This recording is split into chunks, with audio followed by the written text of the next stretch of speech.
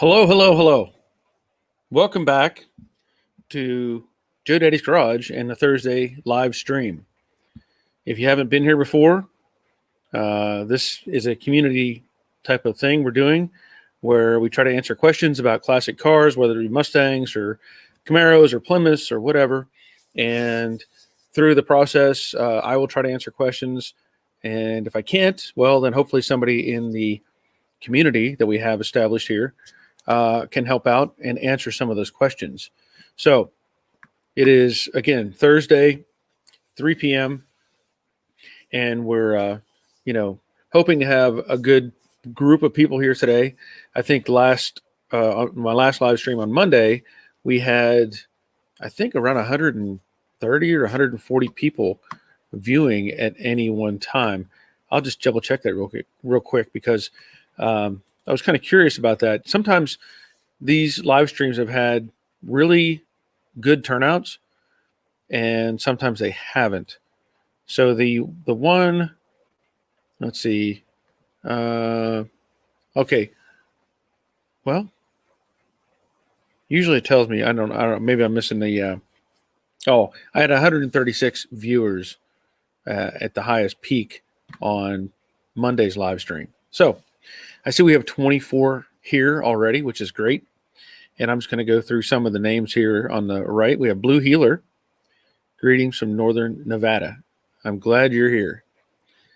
We have Big Red 67. I love Georgia. Well, I've lived here long enough that I can say I think I love Georgia. I think I love Georgia too. And I believe, Phil checking in from not so sunny California. Well, it is raining right now here in Georgia, and the temperatures have dropped, which is disappointing, but that's how it goes. We have Stang Boy 75. Crash Rider from Southern Indiana. Is Dave here yet? Yeah, Dave's here. We got Dave Conville. He's from New Jersey, representing the Daves. He's Dave number 1 today. Then we have Octagon Garage from Rogersville, Missouri. Bob Knoll. Good afternoon, sir. Checking in from Detroit. And let's see, Jerry checking in from Middle Tennessee. Randy Owl from Iowa. We already mentioned Dave. And we have Robert, the Infernal Craftsman. Hey, everyone. I'm here editing a video and annoyed by a vibrating roller compactor while editing. And we have March Indy checking in. Marshall. Hey, all. Another from Georgia. Glad you're here, Marshall. And that's a new name I haven't seen. I'm guessing it's to be said Siberia. Checking in from rainy Seattle. That's pretty much the norm for Seattle, though, right? Okay. That's good. We've got 37 viewing and 30. Yeah, let's see. Okay. Oh, wait. With Dave and Cheryl checking in. One of many Daves in the house. Big thumbs up, everyone. Yes, thank you very much. Arthur. Hey, Joe, got a question for you. I have a 350 Chevy that has a new cam and I'm guessing cloys. Is that a cloys or not closes? Which one of the 3 holes do I time it at? Oh, now that's a good question. That's a good question because one is going to be dead center or 0, I believe. One is going to be 15 degrees before, and I think it's 15 degrees, and one is 15 degrees after, I believe. And that's after top dead center or before top dead center. So if you don't have the instructions, it's going to be hard for me to say do it this way. But assuming that you're trying to go to like 0, then normally there's a pair of arrows that point to each other. So if you have an arrow on the timing gear and then you have an arrow on the crank gear, those 2 arrows point towards each other to set up what would be 0. Now, if I'm wrong in that, by all means, somebody leave a comment, but that's my understanding. And then if you index it one way or the other, it gives you an advance or a retard on your timing. So let's see. Jerry says it's balmy 42 degrees light wind and trying to rain. Yeah, it's raining harder right now as I sit here. Robert is saying advance is at 2 degrees for more low end torque, retard for high end. So I was just throwing a number out there, 15. I don't remember what the ratios are or numbers are, but and then he says straight up if you want it to be safe. So straight up being in there could be arrows or it could be dots. I think it's there may be dots bored into the teeth, and those dots should connect to make it as 0. So that's what I would do. Just do that. Be safe. But by all means, I mean, you can take my word for it, but do some Google searches as well, just to be sure, because it's been a while since I put in a timing set, but that's dot to dot, straight up, straight down. Okay. Good question, though. That was a good question. Let me get some coffee. We have Gordon, Cahoon, sunny and cool, Baltimore, Maryland. I'm glad you're here. I'm going to add some more pictures that were sent to me earlier today, and I have to get those opened up and get them loaded. It really really neat that these pictures. I'll tell you about them as we progress through, because this is a car you normally just don't see. I mean, I've heard of them. I probably have seen one or two, but it's just not something that you see very often, at least not here in the States. Okay, so, and I don't know if he's going to be on the live stream or not. This is John, and I'm going to wait and maybe see if he shows up on the live stream so he can let me know, and then we can talk about this car as we go further along. Dave and Cheryl, 33 degrees and cloudy here in Middle Missouri. Yep. Temperatures. I mean, it was decent here the last couple of days in Georgia, but it's definitely dropping and it's definitely raining. Stang Boy, what tool do you recommend to cut a 1-inch by 1-inch square hole where the firewall and the inner fender meet in a 66 Mustang? Where the firewall and the inner fender meet. So you're just trying to create an access hole, firewall, and the inner fender. Are you trying to make an access hole for like a grommet or something, or wire connector or something like that? What I would normally do if I'm trying to make that's a pretty small hole to make, honestly. Normally I would design that out and then take like a cutoff wheel, a thin cutoff wheel, and slice into as deep as I could to where I can make where the corner starts to meet. As the disc cuts in, it'll create a line that goes to the corners. From there, it depends on how good you are with the cutoff wheel, because you can actually make those corners, but you're going to cut away a little bit of material on the overlap or like the flat surface. You want to just cut out rust. 1 inch, that's a pretty small hole to just cut out rust. That's a pretty small hole if you're looking for just to cut a square hole. But that would be, if you're going to weld something in, then take the cutoff wheel and just cut the square edges. If you get to it on the inside, then you can cut back, and that'll eliminate some of the grooves that you'll get in the metal. But if you're going to weld it anyway, you can fill those little welds in, or little grooves in. So normally that's what I would do, or I would cut a round hole. If you can, round hole is easier to weld and better to weld. So it's just harder to make a patch. You could use a hole saw and cut that in, or you could take I usually take like a drill, and I'll drill a pattern around and get close. And then once I get it out, take a circular like a sanding drum or a rotary file and clean up the holes and cut my patch and fill it in. It just, to me, it's a better weld, better to do. So hope that helps. Larry Bibby, hi guys. It's 30 degrees and cloudy with light showers of snow in flyover Nebraska. Wow. Well, I mean, 32, that sounds pretty warm for Nebraska to me, but I don't know. Arthur, there are triangles, I guess, an O and 2 lines. Okay. Well, then the triangle and the O should point towards each other. That would be 0. Triangle and the O. If anybody else has any more input on that, that's with the timing gear on a 350 Chevy. Dave Conville, could Steinboy drill the corners first and finish with a cutoff wheel? Yes, he could. Now, I didn't know if he was trying to make a perfect square, for like a plug or a grommet, but doing it that way, yes, that would work fine. If you drill the corners and then cut to the holes, then you can make a filler piece and weld those shut. So that's another option. Good call, Dave.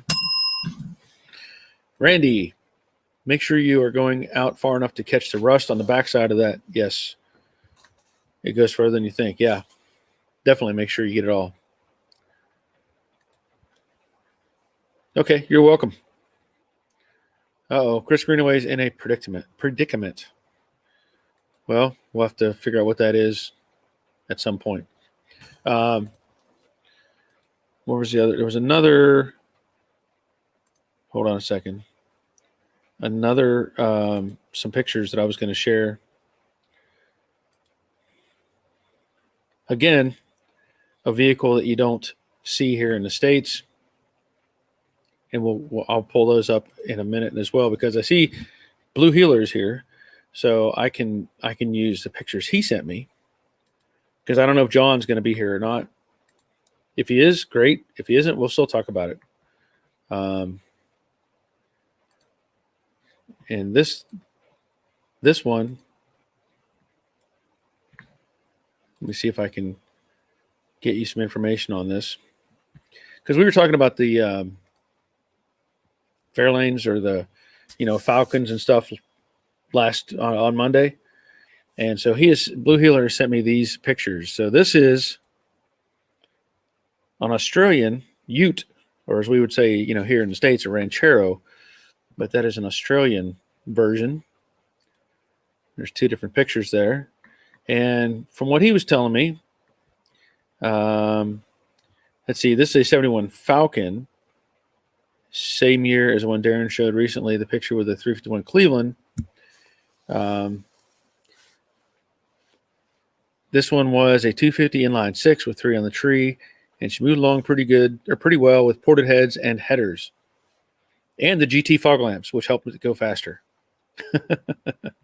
V8 options included Alcee built 302 Cleveland as well as the 351 Cleveland, but were out of reach to a college kid. So this is what he had in Australia. I think that's pretty cool. Again, we don't often see stuff like that here in the States. So let me go over here to the comments. You got some thanks going on. Let's see. Chris, I was talking to a U.S. Wait a minute. What does that mean? I was talking to a U.S. willing to sell his 73 GT Project 6,000 U.S., 8,000 Canadian. Need to travel to Maryland. Now I'm caught with my pants down because between it and painting the Firebird. Yeah, I can't help you on that. That's a tough thing to try to make those decisions. What you want to work with or buy or not buy. Marshall, I thought maybe in Australia they were called El Dingoes, but I guess not. But cool, never seen one before. Yeah. Yep. They were Utes, UTE. I guess it means utility vehicle, from what what I gather.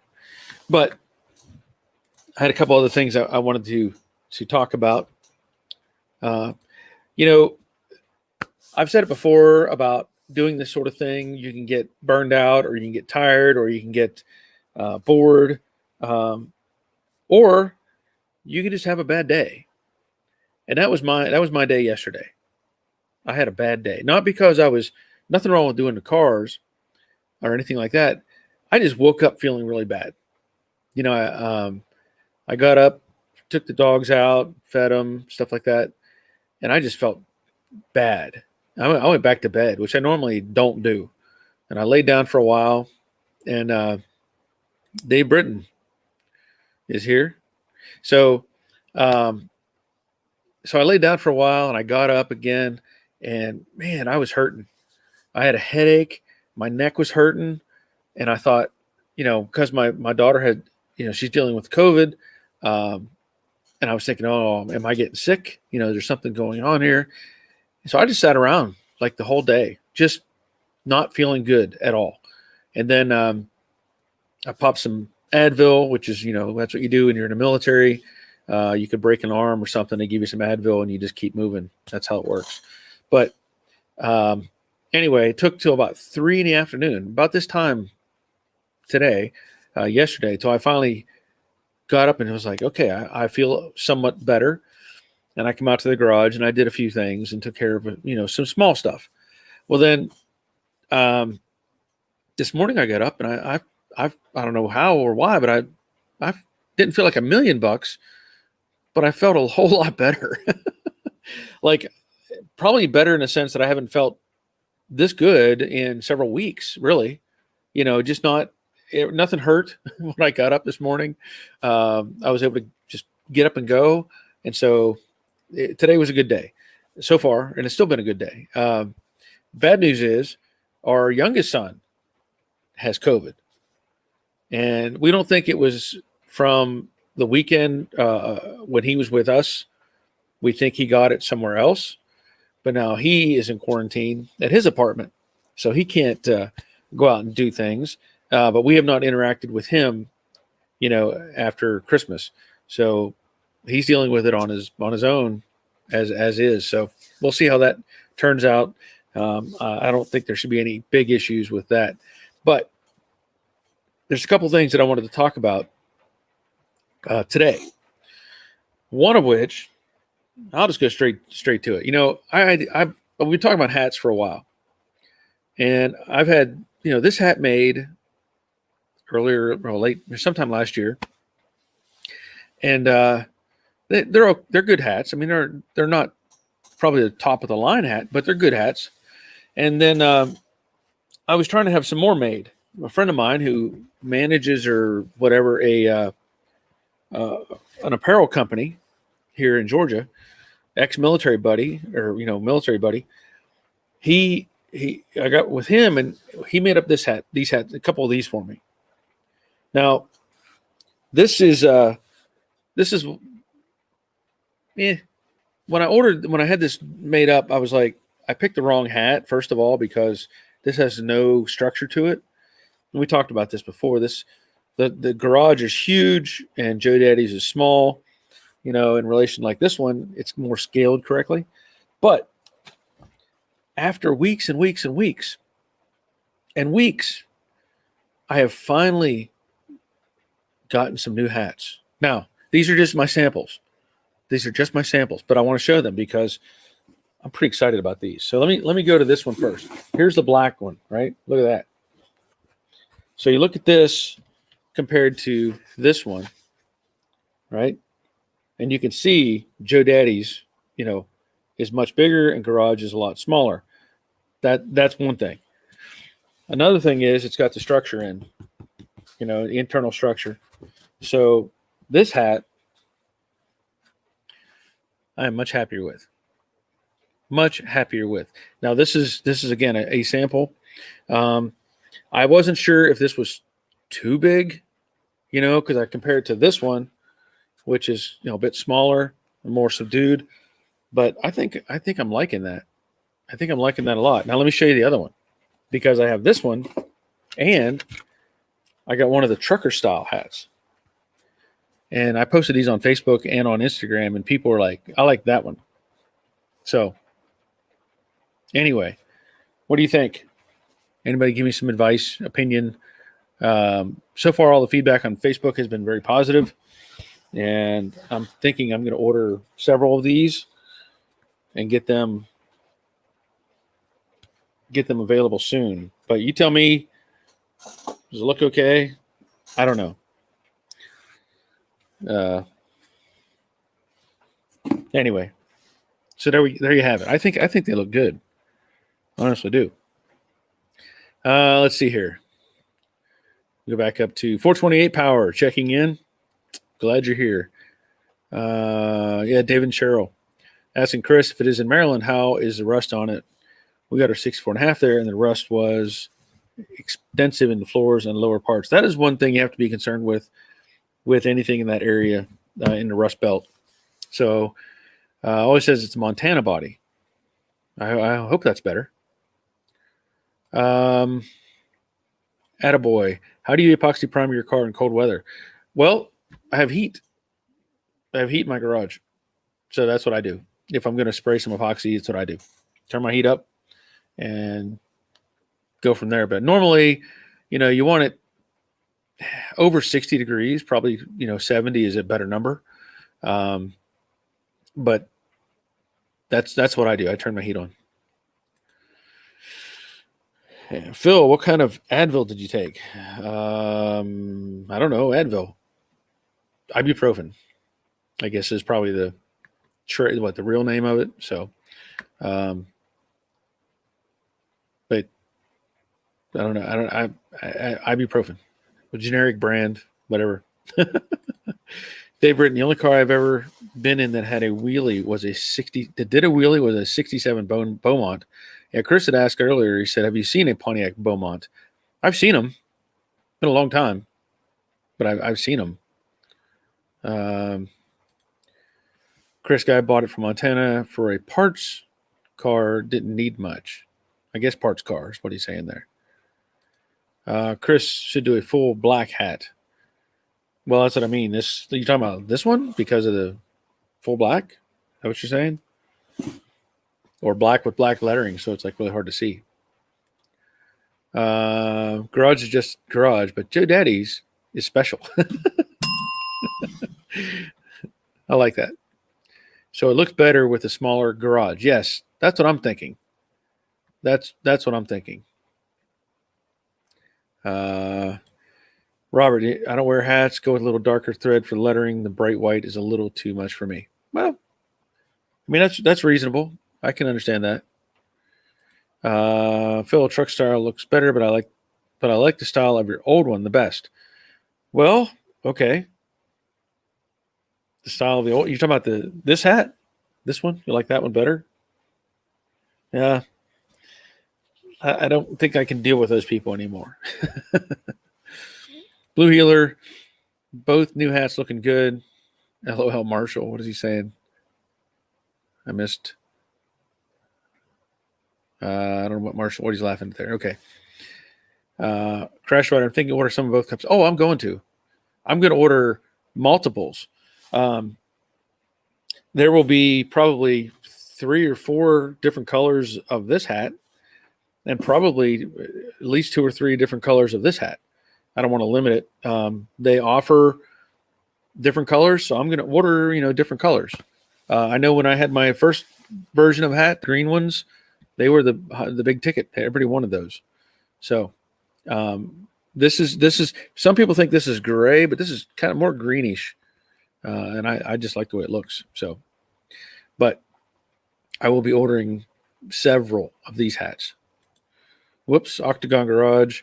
I like the hat. Can I get one in green trucker style? You can once I get them here. I gotta get more of them. Get them coming. Chris, your glucosamine levels could be low. My dad says the miracle pill. My dad says the miracle pill for them. Says the miracle pill for them old age aches. Okay. Full back head, no adjustment. Oh no, this one does. Yeah. Yeah, I'm not going to make a one size stretchy hat. They'll be all adjustable. Dave, liking the original hat best. Is it me or is the Joe somewhat floating by itself on the trucker cap? Maybe the angle from here. No, it's there. I mean, it's actually floating more on this one, I think, in a sense. I think. But the thing is, I've tried. I'm pretty happy with this design, um, and it's a better quality hat, better quality stitching, and it's they're just better made. So I don't know that I can tell them anymore. Like, just make this a little bit smaller or make this a little. I don't want to do that. I mean, this is. I like it. I like the way it looks. Bob Noel, I'm getting ready to buy a hat, but I only will buy it if it's all black with white lettering. Okay, that's fine. One Man Treasure, thank you for your time today sharing with us. You could have been anywhere. That's true. That is true. Good afternoon, Barry and everyone from Revstoration. Glad you're here. Dave and Cheryl, new hats. Yay. Yep. Chris, should have used a cursive O like Joe and Daddy so it doesn't seem so off. A cursive O. Well, yeah. I think if you do that, it may confuse the letter. When you look at the A being cursive and then you put maybe some accent on the O, it might affect it. But I get what you're saying. Let's see, Dave Como must have been the way I was looking at the hat. I like the wet cement color. that's pretty much it. Dave and Cheryl, I do like the light gray garage on the first one. Oh, you're talking about the very first hat, the subdued garage? Yeah, it's a little bit subdued there. I mean, I might be able to get them to do that. I don't know for sure. I don't know if I can request that they can do the white. Because let me tell you, this stitching on this thing, I don't know if I could show you this or not. This is like thick. This is some serious stitching on this. This isn't some little, backyard equipment type of, whatever, embroidery stuff. This is some heavy duty stitching. So, Dave Britton, I think that with that military green gray one you have on, if the lettering was a few shades darker gray, then that would look good. Okay. Yeah, and I may be able to. I don't know. I don't know. Again, I don't know how complicated it is to try to say, hey, I want this color with this color, and it can get out of hand, I think, pretty quick. Brandon, trucker hat. Thank you. Yeah, I'll be doing both. I'll be getting both. But I don't know what the timeline is for getting that stuff in. But when I do, you'll know. Yep. I'll figure out how to post some stuff, and get it out there. Beyond that, I wanted to tell you I've been working on a video that I'm probably close to done with the video itself, because I'd mentioned in my last video where I did the rock guard filler piece. I put the body filler on it, sanded it out. That the I was going to do the dash and the glass and get that moving on that side of the car. Well, I've done that. That's what I was working on today. I took the windshield out, which was a good thing. And I pulled out the dash pad, which was a little more difficult than I expected it to be. A lot of times you look at the dash pad and you think, what are just like some screws holding in and maybe this and that and the other. But the dash pad actually had some parts glued down. And I had a hard time getting it loose, because I just didn't want to be aggressive and destroy the thing. and it doesn't make sense if you're making a video to try to show some detail and you just like, just rip it apart and toss it aside. So I got the dash pad out along with some other stuff under the dash, and that took some time. So I don't want to make again, I'm not going to make an hours long video to tie up time and time. It took me long enough just to cut the windshield out, and then also again to demonstrate and remove all the pads. So I think that'll be the end of close to that end of that video, because the next thing I want to do is probably get the underside of the dash treated, and also be ready to put in the AC box. So that's kind of where I'm at with this process. And I think that's two different directions. Once you take the dash out and stuff, that's associated, but it's not the same process. So anyway, Chris, I hate this. Of course, midway through a project, and of course, the one I was looking for when I wasn't knee deep into it shows up. Yep, that's how it goes. Always when I've run into that, even doing stuff here. I found a 69 fastback that was all cut up, which was perfect. It's what I wanted. I wanted one that was all cut up, and I could have got it dirt cheap. And I waited and waited and waited, and they sold it. So, all gone. Dave Britton, bunker branding, it's called. Okay. So you're talking about the stitching, I guess? I don't know. Restoration, thinking of picking up a 68 Torino in our area. Barry, hopefully picking it up tomorrow. Cool. 68 Torino. I've seen a couple of those, I think, on Marketplace recently. I think. I know I've seen a 69 Fairlane on there. But 68 Torino, that'll be cool. Chris Greenaway wants to know if it's a fastback. So is it just a regular Torino, or is it a fastback? Who's your garage checking in? And Restoration says, no, I wish it is 289 car, but I want to drop in my 390. Okay. Speaking of Who's your garage, there's a 68, 69 Torino in a local yard fastback. Really? Oh. Speaking of the dash and the stuff for this 68, I mentioned it before. I dug out what I have for dash bezel, and this is pretty ugly. Chrome is gone. I don't have any plans to use this piece. It's just not. It's not good. I'm going to have to get a whole new bezel. I did find in the same box another bezel.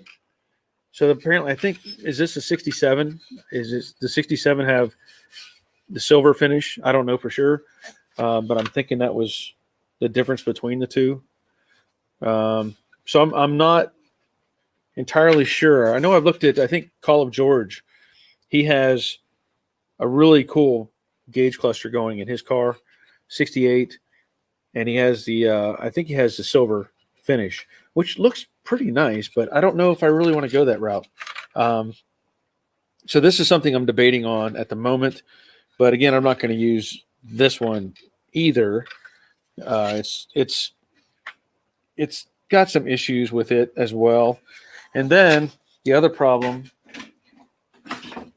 is this is what I have for the cluster. So it's probably, you could probably rebuild it, but I'm probably not going to. I don't feel the need to go through it. They started taking things apart, so there's a lot of pieces that are just loose or missing, and I'm not sure what's what. There's a whole bunch of junk in this box down here. So, I'm looking at the Dakota digital stuff. When you know it, that piece showed up. I was looking for this before and I couldn't find it. So I ordered one. You know how that works. You order one, and then this shows up. This is the trim piece that goes between or over top of the surround for the grill. But this one is all shiny. The original would have been so argent silver painted right here.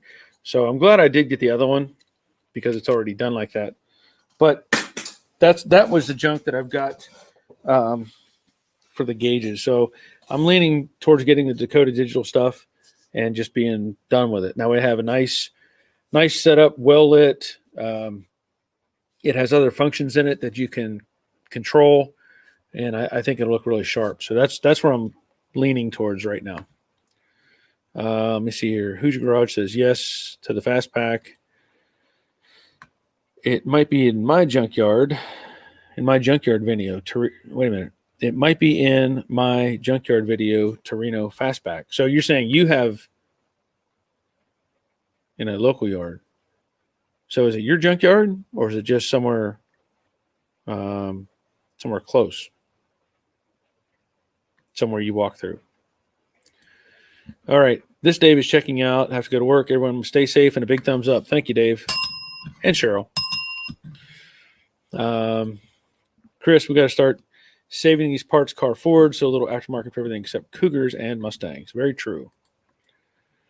Tanner Rogers. Hey, Barry. Thanks for spreading my channel. You are welcome. You are welcome.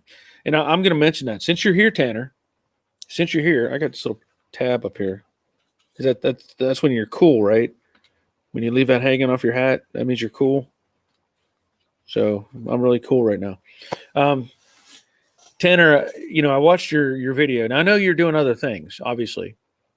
And if anybody hasn't or doesn't know or probably doesn't know, I shared a video on Facebook or a link to a video for Tanner right here, Tanner Rogers, right? Most of his videos are more like filmmaking, which is fine. That's cool. I like that. But one video is his 69 Mustang convertible. So I watched the video, and again, Tanner is a young filmmaker. From what I've seen, he's a young filmmaker. Maybe I don't know if you have aspirations to go into the film industry or not, but I really like the way you did the video on that car. So if you're interested, go look at Tanner Rogers, look up his video on the 69 convertible. His grandfather apparently bought it new, from what I saw, and then he's rebuilding it himself as a 16-year-old, now 17, but he started on it when he was 16, and so really cool, kind of thing he's doing there. He didn't film the work in progress so much as an overview type of video, but just the start of the video and all that stuff is really cool. Makes you think of like a movie in a way. So I was pretty impressed by it. And so if you haven't already, go take a look at Tanner's video on that 69 convertible. 2 thumbs up, Tanner. Dave, the price of a brand new cluster is through the roof, $1,100 to $1,500. Yes, you are correct. And that's for like the original. Well, I'm assuming that you're talking about the original style, because you can get the digital stuff a lot less. Still expensive, but a lot less. Siberia, redoing my entire 68 Mustang convertible, going Willwood setup, disc all around, dual master cylinder, proportioning valve. What bore size do I want to be able to upgrade to power assist brakes later? I don't have an answer for that. That's one issue we've been part of the issues we've been having with getting the parts we need for the Brooklyn Pony. I've been wanting a brake pedal set up and master cylinder and that sort of thing. And so I think that's been a hindrance in this process. So I don't have a good answer for that. So if anybody has any good information for Siberia on what size bore he would need for the master cylinder, by all means, let him know. Who's your garage? Say no, it's local. Okay. Jerry, did Iron Man help with the windshield removal? He did. He supervised. This time. Tanner, I'm starting to lean into automotive more. I'm dedicating my channel to show my car while I'm working on it. Well, that's cool. That is cool, Tanner. Give you a bell for that. And I did subscribe to it. So now the pressure's on. You're going to have to start making more videos on your convertible. And that's all good. That's all good. I think you've done a great job so far. And I think it's going to be fantastic once you get it all together and driving.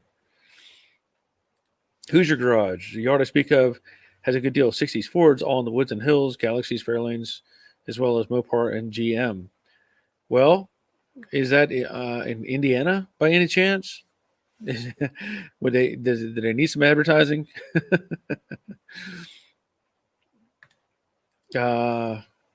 Robert, there's a little more footage of the 3D printed 6-gauge cluster for the 66 in the video I am uploading. Okay, so we talked about that last week.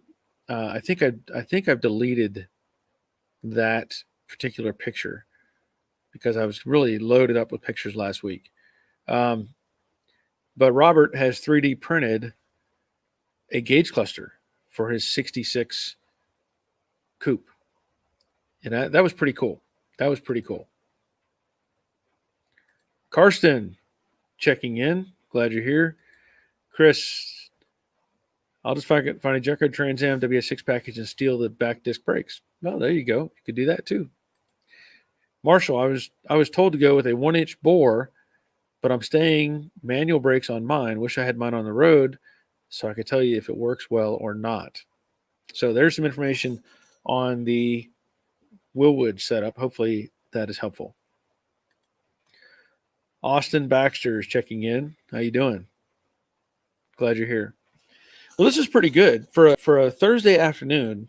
We've got 65. Normally we don't run quite that high, so that's good. That's good. I'm glad we're having the turnout. What was it? There was something else. Oh, there was another small, kind of small thing. Let me show you what I was looking at earlier. I've run into some situation, and I think I'm okay. I dug out the trim for the back glass for Jade because, you got to make sure everything, and this is what I always tell people. You hear me say it all the time. Test fit, test fit, test fit, right?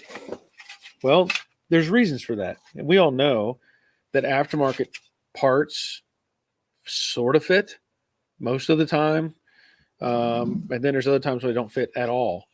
But I have the original, I have two sets of these, which is the quarter or the rear window trim piece. What I've found is, well, let me grab the other one too. Since I'm thinking about it and talking about it right now, I want to address this because I'm this is the first 68 that I've worked on. So there's some things that I'm learning as I go, as we all do, and I like to share that information as much as I can. I don't know which one of these came with this car, okay, but I have two of these, and I have two sets. So here, these two are the same. This would be the driver's side.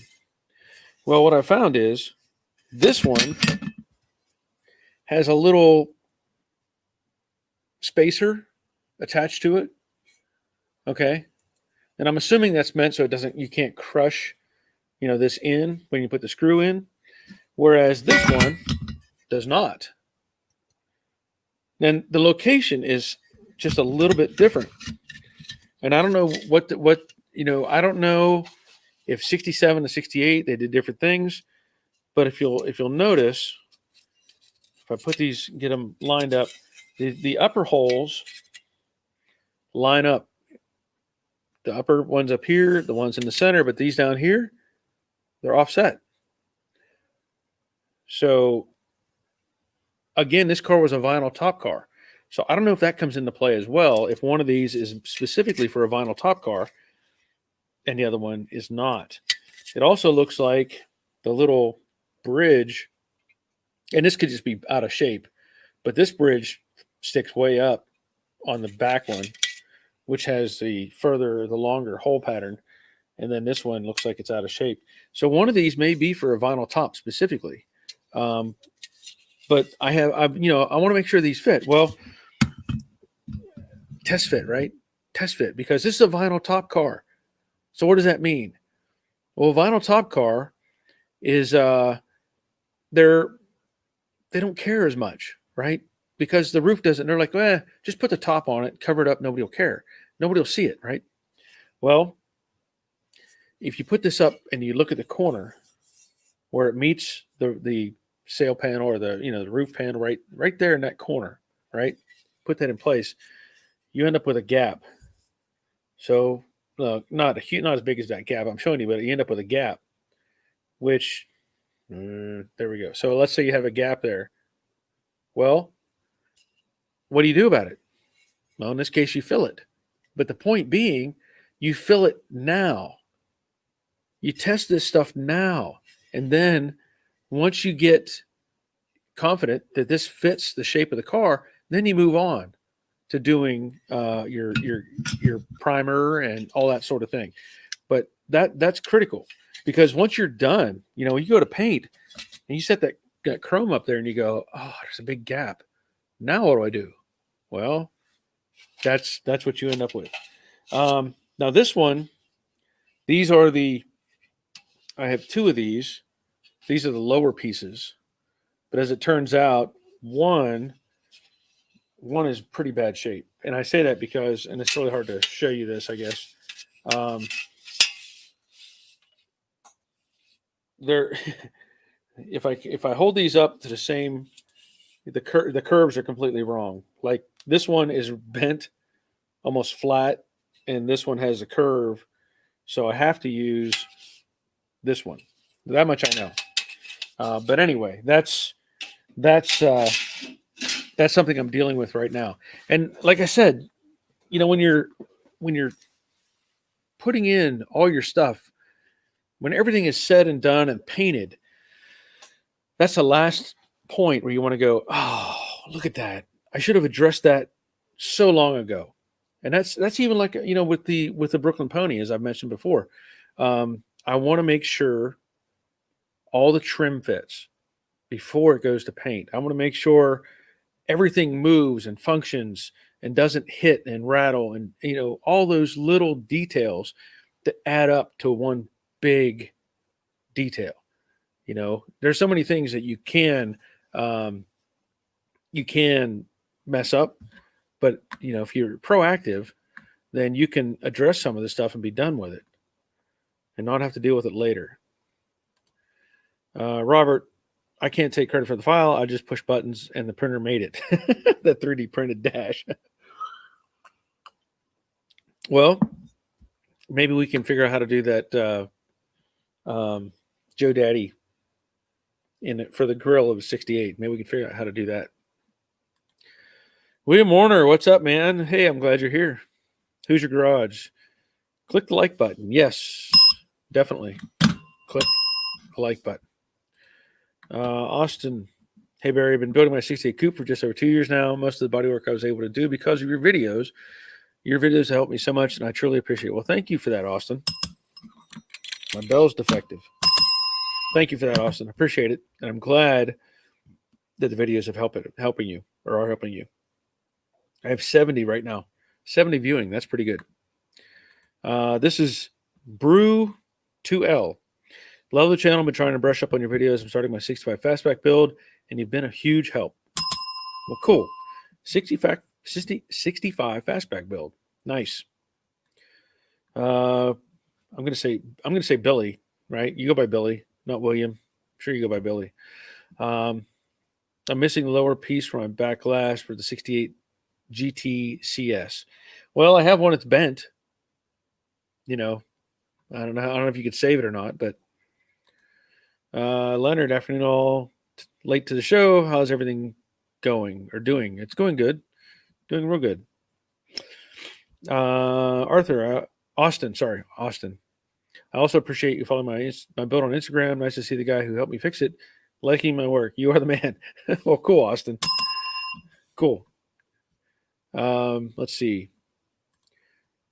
Chris, weather stripping is where the thing with trim is major. Had a buddy with a Cougar, had to splice the rear window weather stripping due to the thickness. Yep. That stuff gets in your way. and it depends on the manufacturer too. Like I've heard, one thing I've heard of, like these trunk lid seals. If you use the coupe seal, which I've learned this after I've already bought it, but if you use the coupe seal, it's going to make the deck lid sit up, right? But if you use the fastback seal, and you have to order two of them, from what I've been told, you have to order two of them because they're not, one isn't long enough, obviously, because the fastback trunk lid is short, so you lose probably a foot. I don't know, but the fastback seal is apparently a better, or not as thick as the coupe. So you take those two seals and you cut them, and you do half with one seal and half with the other, and apparently that helps with closing the trunk lid. So Brew actually mentioned you in my video today. Well, cool. I'll have to check that out. Dave, I will go out and look at the spacing on my 68 trim. Be right back. Okay. Sounds good. Dave, darn, they're not on it. They're in the trunk and I can't get to them. Okay. So Billy, bent works. I mean, really, I don't know if I really don't know if this can be. I mean, we can figure something out, man. I mean, I'm not going to use it. I don't know if you can save it or not, but it's definitely out of shape. So we can work something out. Send me, you know me. Send me a message, and we'll make some arrangements. I'll bend it in half so it's cheaper to ship in a smaller box.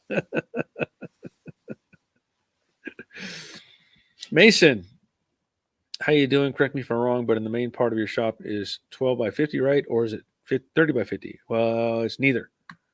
Neither one of those is right. The main shop is 24 wide or across this way and 36. 24 by 36. And then my additional space in the back is 14 by 24. So the actual footprint for the shop is 24 by 50. 24 by 50. Hope that helps. Leonard, been watching you for 8 years and still learning how to do things the best way. Well, thank you for being here all this time, Leonard. We ought to get together and have lunch sometime. Really? Yeah. We'll get it sent to you, Billy. And I hope you're okay. I know it says William, but I know you're Billy, right? So if you haven't seen this, Billy has done he did a viewers project video last year, and it was on the veteran, military veteran who died, and so he rebuilt the car, and pretty good story on that one. So if you haven't seen it, go check that out. Dave, the right way is the best way. That is correct. Let's see. Skawaya. Hey, Joe, got a question for you. I have a 318 in my Dodge at the moment, but I want more power. I found an overhauled 400 big block from a 60s New Yorker. Would you suggest a motor swap? Well, if you want more power, the 400 will give you more power. That much I can tell you. And if it's overhauled, I mean, from a 60s Chrysler New Yorker, yeah, you want more power. 400 will give you more power. So if you're up to it, go for it. Larry, hey Barry, on my 68, the trim piece screw hole is closest to the point of the trim. Okay, so you're talking about this piece that I have, right? With this screw in the corner. So is your car? I'm assuming it's a non-vinyl roof car. Because that's what I'm thinking. I'm thinking whoever had this, the car had the vinyl roof on it, and I'm thinking one piece is for vinyl and the other piece is for non-vinyl. That's really what I'm thinking. But I didn't know which one is which. So that's why I'm asking. We can all help answer questions, right? Chris, why do so many people overlook the other fastback Torino Cyclones are so cheap compared to a Mustang fastback? It's just a matter of taste. And again, looking for parts. We've talked about that, trying to find the parts for these cars. Okay, Mason. Yeah, you have to write that down. Randy, what size mini split did you install for your garage? I installed a 24K unit. Now, it does a job. It keeps me warm. It keeps me cool. But it probably would have been better had I installed 2 units. I guess maybe, or two separate head units, because apparently you can do that. So I could have put one on either side of the garage, or maybe one towards the back and one more towards the front, and created kind of a circle effect. But overall, it keeps the garage. If it's cold out here, it'll get it up into the mid 60s, which is plenty comfortable for me. And then in the summertime, it's fantastic. I'm not out here sweating. And I think if I had completed the ceiling in here, had a full sheetrock ceiling, it would make a difference. Also, keep in mind that my roof height is almost 12 feet. So that's a lot of volume. That's a lot of space. So like a regular type of garage maybe has an 8-foot ceiling or even a 10-foot ceiling. It's going to do even better. So you could probably get away, I don't know how big your shop is, but 24K is what I'm using.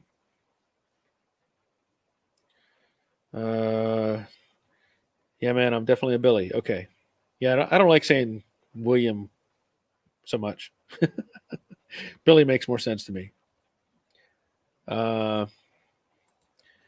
Chris, I love this group to keep up with people's projects. Yes. Bob Knoll, does anybody know if the shafts are the same size on Ford power steering pumps? Just had a power steering pulley from CJ Mustang that would not go on the shaft. No, that's a good question. Because I know when I put on the power steering deal on the Brooklyn Pony, I had to use a special tool to press it on there. So keep that in mind. I don't know if you know that. I'm just trying to give information, but you have to press it on. It just doesn't go on. It has to be pressed. So I don't know if that helps or not, but just some information. Mason, guess what? A buddy of mine's got he's got a 72 Gran Torino Sport, and it's got a 428 Cobra Jet motor. Are Cobra Jet motors fast? No. You should probably get rid of that.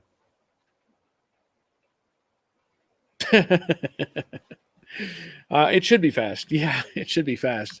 But yeah, if he's got a 72 Gran Torino Sport with a 420, I wonder if that's factory. If that's factory, he's got something pretty good right there, I would say. A. Mendez, I'm replacing the radiator sport. Weakened the lower metal where the strut rods connect. What would be a good thickness of metal to add? Okay, so you're replacing the core support and weakened the lower metal where the strut rod. What would be a good thickness of metal to add? For the strut rod support, I mean, the thicker the better, but it's not. I wouldn't go 1/4 inch or 3/16. Probably eighth inch. Because the way that's designed is a triangulated system. So when those are welded in place, the load pushes fore and aft from the control arm trying to rotate, right? So you're anchored on a flat plane and it's trying to pull or push. It's not trying to do this. So, I mean, 1/8 inch is probably going to be fine for that area. I know that metal is not that super thick. Let me look real quick, just out of curiosity.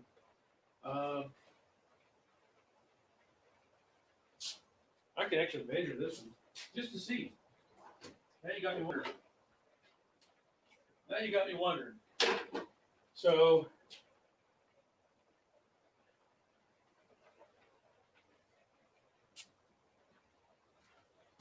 on the Dynacorn replacement piece, the metal thickness is 0.72. Yeah. Yeah. So if you want an 1/8 inch, that'd be overkill. That'd be plenty strong. This is 0.72. So, I mean, 1/8 inch is 0.125. That'd be more than enough. You could probably even do 100 thousandths.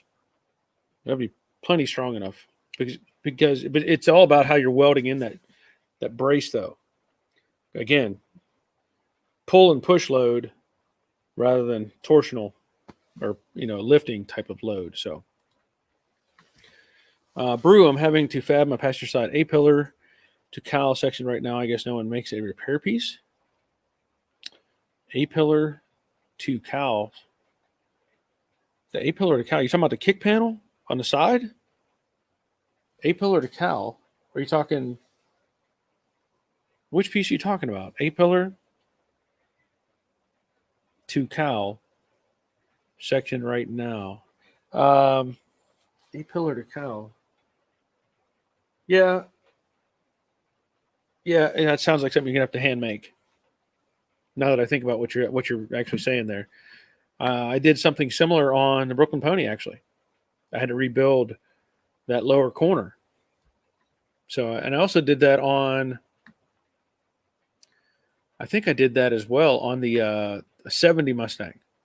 So if you go back years ago, if you look up 1970 Mustang on my playlist or videos, there's a series on that car where I replaced the cowl and I had to rebuild part of that area as well. So maybe that'll help. Hold on. Chris, 400 is a darling build right now for Mopar blocks. Okay. Okay, so Larry is saying it's a non-vinyl roof. So the hole closest to the corner is non-vinyl. And that would make sense, I think. PM. I want, I guess, Maverick and a bunch of Mustang parts. They're out there. You just got to look. Chris Greenaway say Mason would love it, but 351 Cleveland. Okay. Warrior One, thanks for your reply this morning. Seriously goes a long way. You're welcome. You're welcome.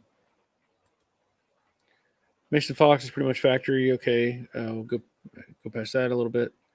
Bob Knoll, did you mean a process of pressing on a tool that would press it on because I have that tool that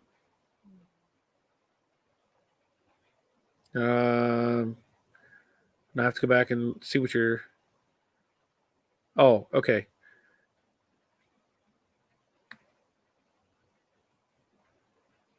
Oh, okay. So you're talking about, okay, so that on your power steering pump. It goes on a third of the way and it stops. Okay. I mean, I know I did a video on that. I did a video installing that power steering pump pulley. Yeah, there's a toolkit that you can rent that it torques it on. So, but if it's going a third of the way, I can't see why it wouldn't go all the way. And you're saying it stopped. There may be some variable with the tool. Like, is there something inherent that it can only go so far, and the bolt stops? So think about look at how the tool functions, because if it's going a third of the way, it should be going all the way, in my opinion. But look at how the tooling set up. Maybe there's something wrong, and it's not the pulley that's fighting you, but the tool itself. So take a look at that a little bit and see if that doesn't help. Okay, let's see. 428 Power says the last year Trina came factory with 428 Cobra Jet was 69. 70, 72 had 429s. And that's what Chris was saying. Not factory 428 was phased out in 70. So probably not a 428 Mason unless somebody put it in there. Last year in the Mustang was 1970. Good information, all. Good information. Leonard, Mason, if it's got a 428, someone put that in there. So he's also saying same thing. Yep. Brew saying upper section wraps around the bottom of The window, yeah. Yeah, you're going to have to make all that. Yep. And like I said, I did a video on that for the 70, and I did it on the Brooklyn Pony as well. So maybe that'll help. 74 viewers. Cool. Or maybe some are, just listening, which is fine. That's awesome. Mason, do you still have your 55 Chevy truck? Nope. That was a build. That was not something for me. That was a build. And I had a 55 Chevy car for a while, and then I got rid of that. So no 55s at the moment. Okay. Chris, I hate being a purist. Pain in the rear, I am. Yep. It can be. PM did a quick search. Have you ever done any videos on rebuilding a manual steering box? No, I have not. I haven't done anything rebuilding a steering box. I've replaced them. I've installed them or converted them, put in a power box, but I have not rebuilt a regular steering box. So, let me see if this works. Okay, I'm going to download this photo because we were talking earlier about Robert having made a 3D printed gauge cluster. So, and he said again, he doesn't have, he just used the file. He didn't create the file. So check this out. Now I did say, if I remember, Robert, you had to make it in 2 pieces, but that's still pretty cool, man. And it's carbon fiber, right? I think it's what you said. It was carbon fiber. That's pretty cool. Yeah, I like that a lot. So 2 pieces, and I'm assuming it'll transition pretty nice because being 3D printed, it should be pretty accurate. But I do like that. Yep. That gets a thumbs up, Robert. I like that a lot.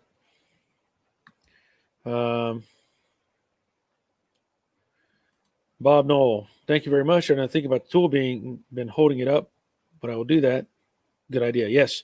That's, and that's some things, we don't, I think I may have, I don't know if I touched that on that in the video that I made, but, sometimes we get caught up in whether the parts are interacting correctly together or not. And sometimes, like I said, it could be the tooling. It could very well be the tooling. So give that a shot. And, if you're back here on Monday, let us know. Dave, hey Barry, did you sell everything in that lot of race car and stuff you got, or did it all go? Did you keep anything? Well, I sold both cars. I sold the trailer. I sold one engine that was a Ford, some oddball V8. It wasn't a 352. I don't think. It was some other oddball engine that I sold, and a transmission. And then I still have, and I need to sell the 427 drag boat motor, 427 Chevy, and a built 454 that's never been fired. I need to sell that. And then I took in on trade when I did one of the cars, a 383 stroker engine, Chevy 383 stroker that I don't have a use for. So, I took it in on trade to make the deal, and it's sitting in the garage.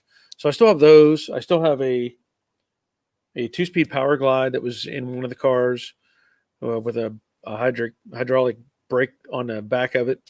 I do have like some camshafts or a camshaft, some intake manifolds. I still have a bunch of stuff from that deal. So I need to part with it. I really do. Regel, you should 4-cylinder Civic swap your Mustang. Yeah, probably not going to do that. Chris, my uncle was a Ford dealer mechanic, bought and sold plenty of hypo Fords. A motor can be a dog, just depends on how good the builder is. That is true. That is very true. Jerry, I have a 66 Mustang and I've had no luck for parts on the steering box. Any suggestions? So, anybody have any input for Jerry for a steering box for a 66? Now, his is also an original 6-cylinder car. And whether that comes into play or not, I don't know. But anybody have any input for Jerry, by all means. Tony Winkler, man, I pulled a lot of parts off those Mustangs for my Cougar. Yep. Leonard, Mason, if your 72 Gran Torino has a 428, someone put that engine in last year. 428's okay. And if they have a 428 Cobra Jet, the heads are worth a lot. So there you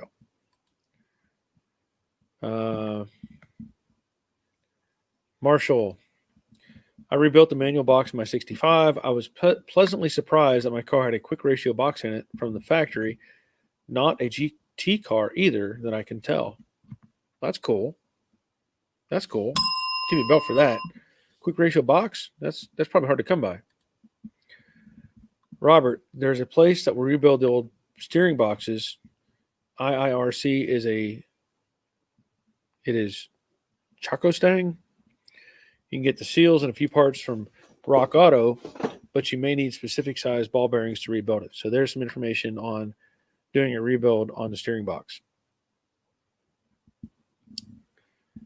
Brendan's Garage. Good morning, everyone. Brendan is checking in from New Zealand, which is awesome.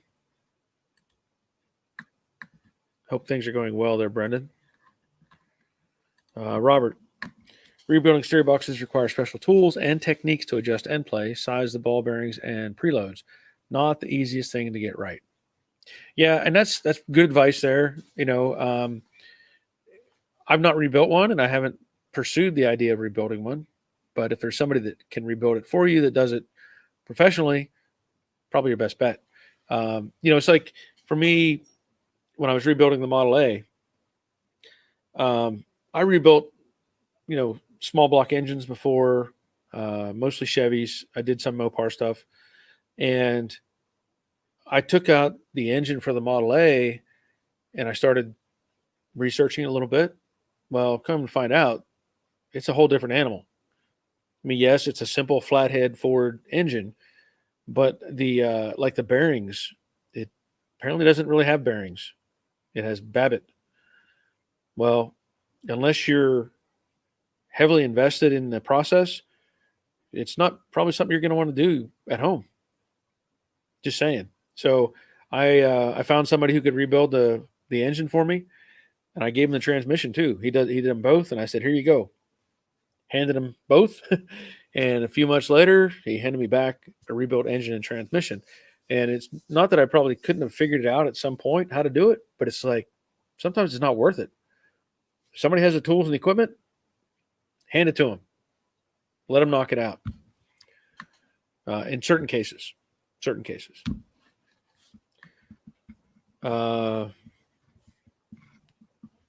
Let's see, Chris, it's funny how my dad and I talk about cars. I say it's not stock, but he says technically it is because of the performance center parts bolt on. Had hard to judge a doctored motor. Yeah, that's true.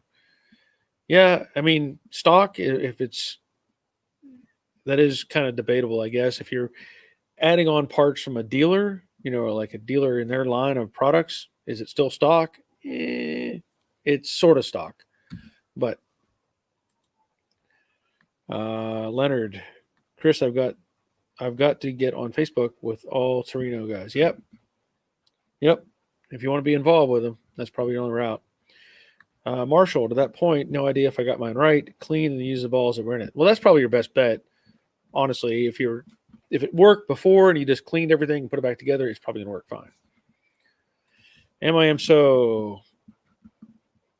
the Power Glide a 2-part case, detachable torque converter housing? That's a good question. I don't think it is. I mean, I don't know if I can see it from here or not. No, it's a one-piece housing. Sorry. One-piece housing. Chris is saying, Leonard, it's not important, but I know you were looking for more parts. Yeah. Checking in with Brendan. Old Man's Treasure, great point on rebuilding. Yep. I mean, there's, I love rebuilding things. I really do. And if I can figure it out, I'll probably do it. But I also know some things, it's just, you're better off handing it to somebody else. That's why I don't do transmissions. I don't get involved in it. Now, granted, there's people that they've done it themselves, and that's fantastic. But I'm just, when you really take apart a transmission, you got to make sure everything is clean.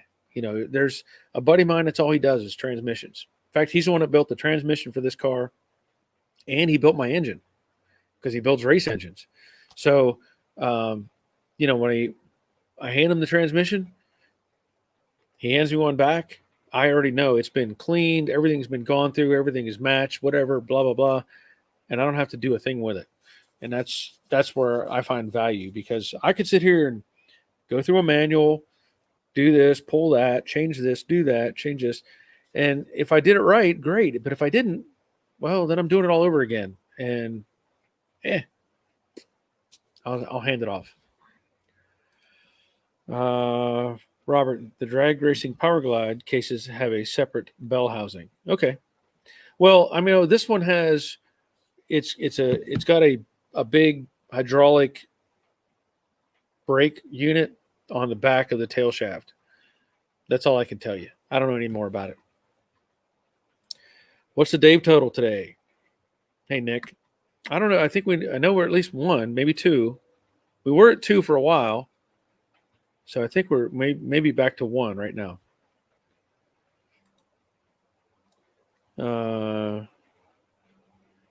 So Chris saying the high belt ones for drag racing are split bell housing. Okay. Marshall, Barry, could you recommend an engine builder in the metro Atlanta area? Not really. If you want to, Marshall, send me an email. You know my email. Down here at the bottom, jdaddysgarage@gmail.com. If you want to send me an email, I can try to talk to my friend who built this engine that's in Jade, see if he's interested, in building you an engine, and we can go from there. That's about all I can tell you. So, and I'm happy with what he's done on this car, on that engine. But if you're interested, send me an email and we'll go from there. All right. Where are we at? Dave, there's a fellow I watched his videos. He rebuilds transmissions and he could do it blindfolded. Incredible. Yeah. And that's the guy you want rebuilding your transmission. I mean, not that I want him to do it blindfolded, but if he can do it blindfolded, he knows what he's doing. And that's where I'm like, here, have at it, buddy. Chris, know your limits. This hobby has so many people that will pull it apart and are lost. And I've picked up pieces from people who've done that. And that's where, like I said, you got to know what you can and can't do. The rear end that's in this car, I took it apart and I did it to remove the mini spool. That's the first rear end housing that I've ever gotten into. But I did it to remove the mini spool. I did a video on it. And I also researched it because there's really not a lot of complicated tools. I did make a tool to set the pressure on the bearings, let's say. I did make a tool for that. But that was one thing I said, well, I think I want to try it. Hopefully it still works. Hopefully. Yeah, trans brake. Thank you, Dave. I knew what it was called, but I couldn't think of the word, but trans brake works. Nick, those are rookie Dave numbers. We need to pump those up. Yes. Well, there's Dave Conville. So there's two. Stallion Ranch Woodworks, Dave here. That's three. You get a Dave. You get a Dave. Everyone gets a Dave. Yeah.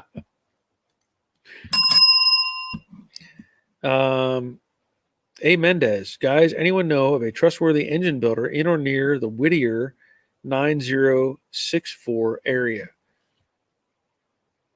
I'm not going to have an answer for that. But does anybody know of an engine builder in or near the Whittier? I don't know where Whittier is. 90604 area. So if anybody has any advice for Mr. Mendez or A. Mendez, then by all means share that information. Yeah, the rain's coming down. It's starting to get windier. More windier.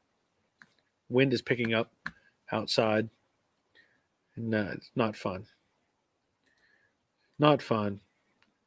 You know. Anyway. All right. So we have what? Oh, everyone have a Dave, not get to Dave. I get it. Whittier, California. Oh, okay, that could be it. I don't know. Anybody in California know of an engine builder in the 90604 area code or area? Be a zip code, not area code, zip code. Okay. All right. I think I've covered just about everything I needed to cover today. I will be, well, Robert's saying it's supposed to snow here Sunday night. Yeah, you can have it. I don't want any snow. I'm already done. I've had enough cold weather already. I'm done.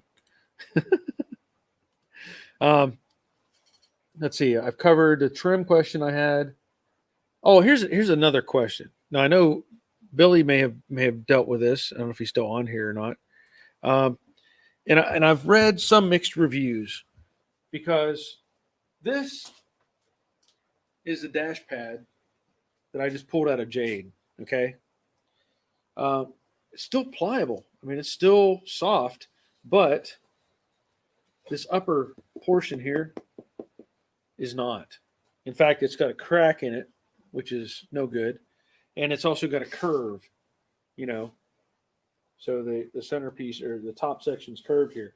So if anybody has any input, I've seen different brands out there that, whether it's CJ or NPD or whatever, and so I've heard mixed reviews on some of these. I've seen the one, I think it was on one of the NPD sponsors, that guy's channel, and I think he had like trim it and stuff, which is fine. I understand that. But if anybody has any idea of one being better than the other, let me know or send me an email or something so that I have some insight. I want to get, a good one. Now, I've read the TMI ones are more of like a fiberglass. They look really sharp, but apparently they don't give at all from what I've heard. So it has to either fit or it doesn't fit. But I don't know for sure.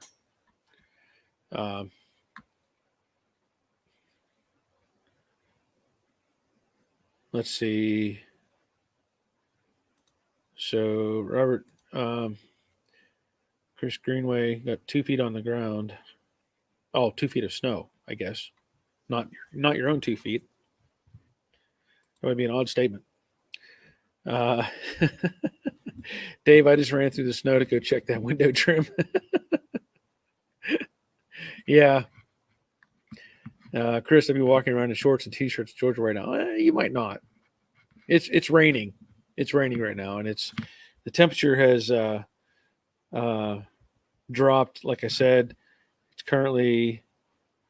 I don't know if it'll pop up. Yeah, it's 43 and dropping. So it's going to be in the 30s in a little bit here. Yeah, temperature's dropping. Dave, some replacement pads look terrible. Yes, and that's why I'm asking. See if anybody has any input. Marshall, when it gets in the 50s in Georgia, we have to layer up. Yep. It's a different type of cold. It's a wet cold in so to speak. And that just cuts right into you. That's the way it is. Okay. All right. Well, I'm going to call it a day. We've been here an hour and 25 minutes. That's plenty. I still have 70 watchers, 70 viewers or listeners. So thanks to everybody that's still tuning in. I've got more stuff to do. And it's a good day to do it. Feeling good, and I need to make some progress. Like I said, the next video will be dismantling the dash pad, taking the glass out, removing some trim off the dash. So that might be some useful information to somebody. And then, like I said, I've got to treat the bottom of the cowl because it's got surface rust on it because they never painted anything. So I need to do some work on that, get it taken care of, and probably install that kill mat, which is something else I need to do. Put on the kill mat on the firewall, and then I want to get the air box for the AC. I want to get that in. I want it in. I want to put a little check mark on that. Oh, and along with that, I have to point something out. I know, and I know in the previous ones I've installed the hoses that you have for those. You have to cut them to make a certain length. I might make a video about that because I can't make that hose. This is another thing where you have to hand something off to somebody. There's a place in Metro Atlanta area that it's like this super cool auto parts store that has been around for decades, and that's the only place I know of where you can take those hoses and you say, "Here you go," and you hand them to them, and they make your pressure lines. So that may be worth doing a video on. I don't know. We'll see. But yeah. All right. Let's call it a day, and everybody get out there and get something done on your car. Time's a wasting. We got to get stuff done. Boom, boom, boom. Keep moving. Right? Okay. That's going to be it. I'll be back on Monday night at 7:00, as long as everything goes right in life and in the world. And I'll show those other pictures we talked about earlier. I'll show those on Monday night. I think those will go over pretty well. But until next time, take care of yourselves. See ya.